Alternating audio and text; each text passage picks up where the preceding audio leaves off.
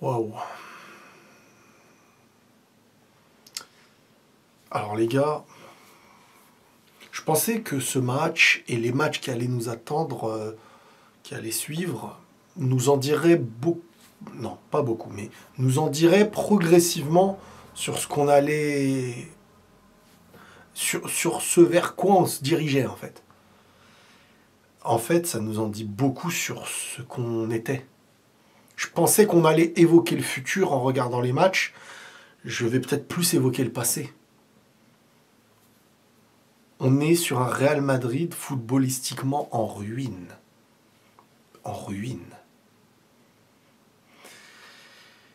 Match nul contre Al Hilal. J'ai l'impression que c'était un match... Alors oui, il y a des conditions, on est d'accord, mais pour tout le monde dans le... Il y a des conditions, c'est la fin de saison, ok. Mais quand je regarde ce Real aujourd'hui, qui va évoluer, bien entendu, on le sait, il va y avoir des recrues, et ça va être urgent, parce que le milieu de terrain, et en plus à 3, je sais que Xabi Alonso, quand il voit tout ça, il met en place un avenir. Et pour mettre en place un avenir, il faut que ça soit progressif. Et pour amener des changements, il faut partir sur une base qui existe. Donc là, il part sur la base qui existe, une compo qu'on connaît. Mais je ne vais pas vous mentir. Je pensais être un minimum hypé en regardant un peu le Real. Je pensais... en fait, j'en ressors avec de la frustration. C'est une coupe que le Real veut gagner. Je tiens à le rappeler pour toutes les personnes qui viendront dire... ouais, non, mais tranquille et tout. Oui, bien sûr, on sait que la Liga, ce qui va s'entamer la saison prochaine ne sera pas ce qu'on est en train de voir. Mais en fait, j'ai l'impression qu'il n'y a pas d'âme. J'ai l'impression que quand je vois Vini, ça n'a pas d'âme. Que quand je vois Bellingham, ça n'a pas d'âme. Qu'en fait, il n'y a plus de... Il n'y a pas une forme de hiérarchie, de taulier, de... J'ai l'impression que ça joue au ballon, ça fait une passe, et que chacun réfléchit à qu'est-ce qu'on doit faire. Et ça fait une passe, et qu'est-ce qu'on doit faire? Et ça fait... Il n'y a pas d'automatisme. Et en fait, on part de loin. Bon, déjà, la compétition, on ne la gagnera pas. Ça, c'est clair, net, précis. Vu qu'il n'y aura pas de recrutement. Et je me dis qu'en vrai, Mbappé, dernièrement, sur la deuxième partie de saison, limite cache la forêt. C'est l'arbre qui cache la forêt. Je vous le garantis. Ça m'a choqué moi-même de me le dire, en fait. Parce qu'on ne vit que sur l'individualité et l'exploit, quand l'individualité qui faisait ces formes d'exploit, entre guillemets, parce qu'il y a eu un nombre de buts qui t'a fait survivre plus longtemps, c'est non pas les exploits qui t'ont permis de survivre plus longtemps, de mourir moins vite. Ce que je vois, non pas qu'aujourd'hui, c'est que ça part de loin. Voilà. C'est que t'arrives pas comme ça, où des choses sont rodées et tu améliores. Non, c'est que tu pars d'une ruine footballistique. C'est un massacre, ce qu'il y a eu. Donc on va prendre beaucoup plus de temps que prévu. Et au final, cette Coupe du Monde des clubs va devoir... Après, oui, il y a des conditions, hein, mais cette Coupe du Monde des clubs va vraiment servir à ne pas perdre des mois qu'on aurait peut-être perdu en début de saison en nous tuant une nouvelle saison. Donc ça, là, ça va être le sacrifice d'un début de saison à éviter. On évite le début de saison raté par une Coupe du Monde des clubs qui ne sera pas une grande réussite selon moi. Oui, mais Riles, c'est que le début, vous n'avez pas tort. Oui, mais Riles, les conditions, vous n'avez pas tort. Mais il y a des équipes que tu ne peux pas battre. C'est très simple. Aujourd'hui, il y a des équipes que tu ne peux pas battre. Alors après, oui, si t'as Mbappé, mais moi j'en ai marre. J'en ai marre de si t'as ton individualité. C'est pas ça, le football aujourd'hui. C'est pas ça, le football moderne. On part de trop loin. Donc on va devoir reconstruire. Et peut-être même que cette saison sera une saison de transition. À moins que, mercato, ton milieu c'est trop mignon. Valverde n'existe pas. Tchouaméni est dans l'aspect défensif. Et Bellingham, je suis désolé, mais j'arrive pas à reconnaître Bellingham non plus. Rodrigo à droite, ça me fatigue. Gonzalo, c'est trop mignon. Vinicius, il n'y a rien pour l'instant. Bon, moi, je retire rien. Ouais, je vais être dur, peut-être, mais quand je vois un match comme ça, je ne retiens que l'idée qu'on est en ruine footballistique et qu'on n'a pas ce Tu vois, même quand Modric rentre, tu sens que, waouh, enfin, y a... Mais le mec, c'est fini, il s'en va. Hein.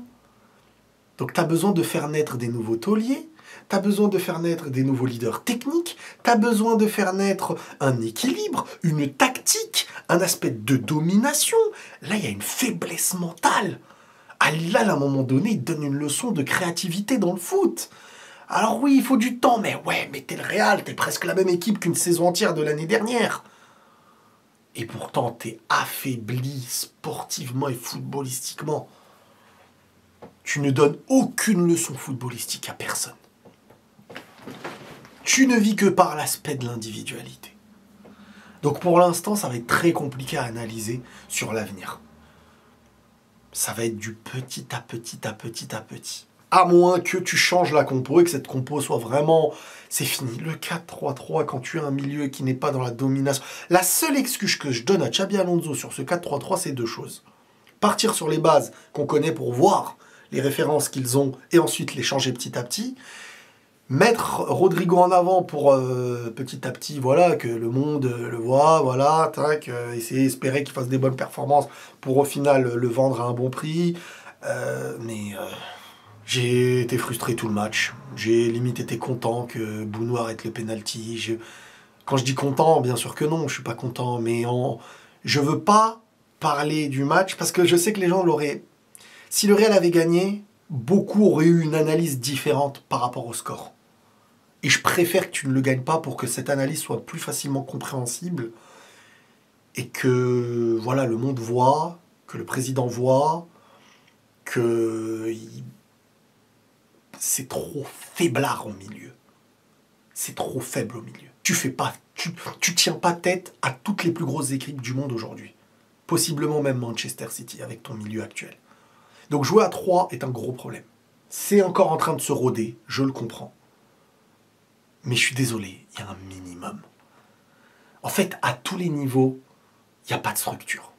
Dans le leadership, il n'y a pas de structure. Dans l'équilibre, il n'y a pas de structure. Dans le pressing, il n'y a pas de structure. Dans la créativité, il n'y a pas de structure. Dans la manière dont doit se comporter une équipe moderne, il n'y a pas de structure. Si tu vis sur l'individualité, tu n'arrives pas à créer sur le milieu. Les défenseurs ont le ballon, ils comprennent que le milieu est habitué à ne plus créer. Donc il lève la tête devant, et t'as Vini qui tente des appels, qui lui, derrière lui, t'as Fran Garcia, et à côté de lui, t'as Gonzalo. Waouh! Qui lui, de base, n'est pas le plus gros des créatifs. Donc faut l'entourer, l'épauler d'assurance. Mais quand tu... Moi, qu'est-ce que je voulais que je vous dise, en fait? C'est une équipe sportivement en ruine, qui a beaucoup de choses, hein, mais qui doit vite offrir un milieu à 4 créatif. Le mercato après la Coupe du Monde des clubs, au milieu, il faut que ça s'agite. Fort. Parce qu'on ne peut pas mettre en avant, ni réfléchir, ni voir comment ça évolue. C'est pas concevable, c'est pas possible. Même Al Hilal a été plus cohérent que toi. Franchement. Maintenant, moi, pour l'instant, il n'y a pas de débat du coach. Hein. Si vous avez un débat sur le coach, les gars, pour moi, vous n'avez pas vraiment compris. Le coach, là, pour l'instant, lui, il est sur les bases de ce qui existe. Il doit voir... parce que les entraînements ne suffisent pas. C'est habitué à des matchs, créer pendant des matchs. Et là, il va voir des choses. Il a compris des choses très vite, plus que moi, plus que vous. Demain, ou enfin les prochains matchs, il comprendra des choses. Mais ce qu'il comprend, ça doit pas faire du bien. Ce qu'il comprend, ça doit piquer. Il doit se dire, réussir à être très vite compétitif. Florentino, patron.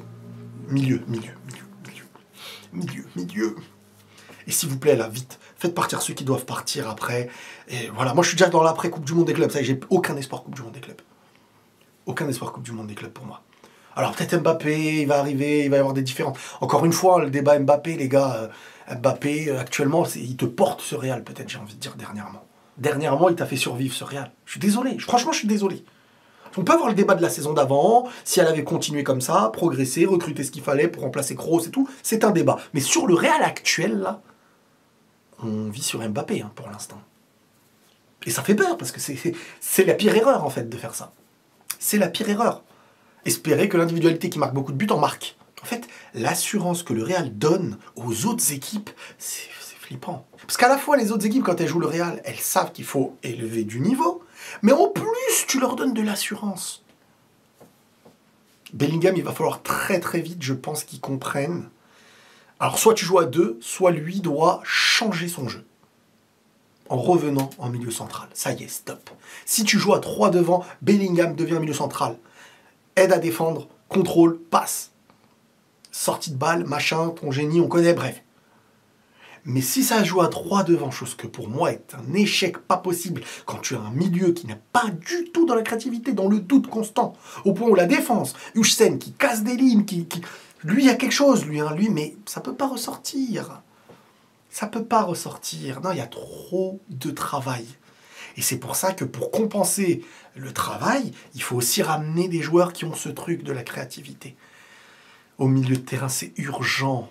Et vite à gauche aussi. Non, parce que là, tu vas faire douter ton équipe très très vite. Cette équipe n'est pas rassurée. Cette équipe est... Je la trouve pas assez unie aussi. Je trouve que c'est chacun a une vie, on dirait, sur le terrain. Je vois pas un groupe. J'ai peur. J'ai peur. Pour être honnête, j'ai peur. Alors c'est que je me rappelle, j'ai déjà fait des vidéos comme ça. Avant la saison, quand le Real s'est fait tartiner par l'Atlético Madrid, je sais plus combien de buts, la saison arrivée, ça y est, t'es focus. Mais moi, la dernière saison, j'ai un peu... On s'est mangé tous une claque. Donc je peux pas dire, non mais vous inquiétez pas, c'est pas possible. Il faut que j'ai un élément d'assurance, une base de référence. Pour l'instant, c'est de la peur.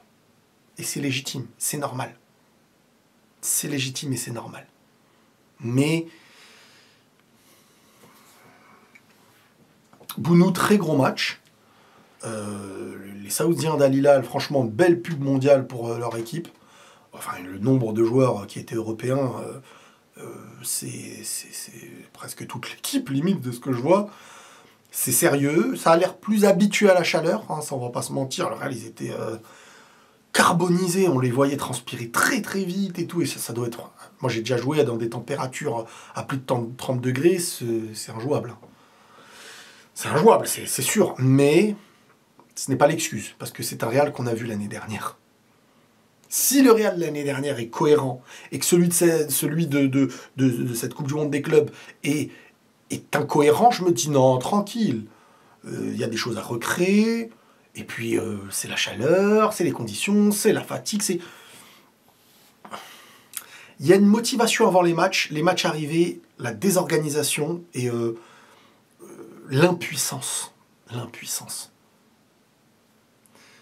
Non, j'ai peur. Je peux aller joueur par joueur. Asensio, faute stupide. Asensio, faute stupide. T'es dans la zone, c'est pas sérieux. Et c'est pas la première où tu donnes un péno. Arsenal, machin. Ne laisse pas autant de possibilités à un adversaire de s'écrouler. Ne laisse pas autant la possibilité à un arbitre de voir que t'es en train de faire une faute visible dans la zone. Doucement. Attention à Asensio, parce qu'Asensio, il a eu la confiance des premiers matchs. Quand il est arrivé, il s'instaure et tout. Mais attention à... Dès que ça commence à être difficile, à ne pas couler et ne plus remonter. Ça peut arriver à des jeunes, ce truc-là, au Real. Mais je pense que ça pourrait être Rudiger, Huijsen, expérience et tout. La défense titulaire. Vivement la fin de Fran Garcia au Real, ou du moins en remplaçant. Parce que non pas que je lui en veux, mais il se donne, il fait ce qu'il peut. Mais... C'est trop compliqué de douter à chaque fois que tu as un ballon, à chaque fois qu'il y a une ouverture adverse, à chaque fois que. Franchement, Huijsen, volonté d'être maître de défense, d'être maître de la relance, des bonnes intentions, des lignes cassées. Lui, je m'inquiète pas, c'est un titulaire clairement, et il participera à rendre les choses meilleures. Lui, je suis pas inquiet. Voilà. Il a ce truc du leader. Et ça peut faire beaucoup de bien de l'avoir derrière soi. Alexander-Arnold, on sent qu'il y a des bonnes tentatives, mais un manque de compréhension, par exemple, avec Rodrigo. Des fois, ils veulent lancer, Rodrigo n'y va pas, parce que lui, il est habitué. Tu lances Mohamed Salah, ça s'arrête plus, ça cavale. Rodrigo,